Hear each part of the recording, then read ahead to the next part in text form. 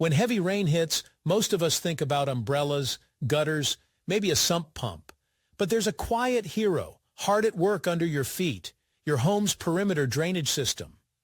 Perimeter drains are special underground pipes that are placed around the foundation of your home. Their job? To collect rainwater and drain it off to the city sewers, a sump pump, or something similar.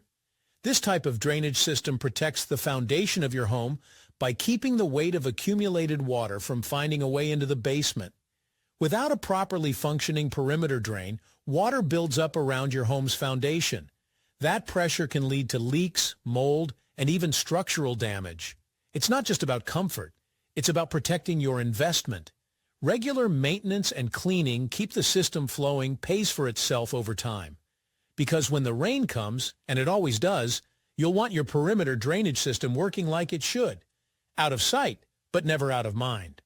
Your perimeter drainage system will do its job all day long as it is kept open and free of blockages.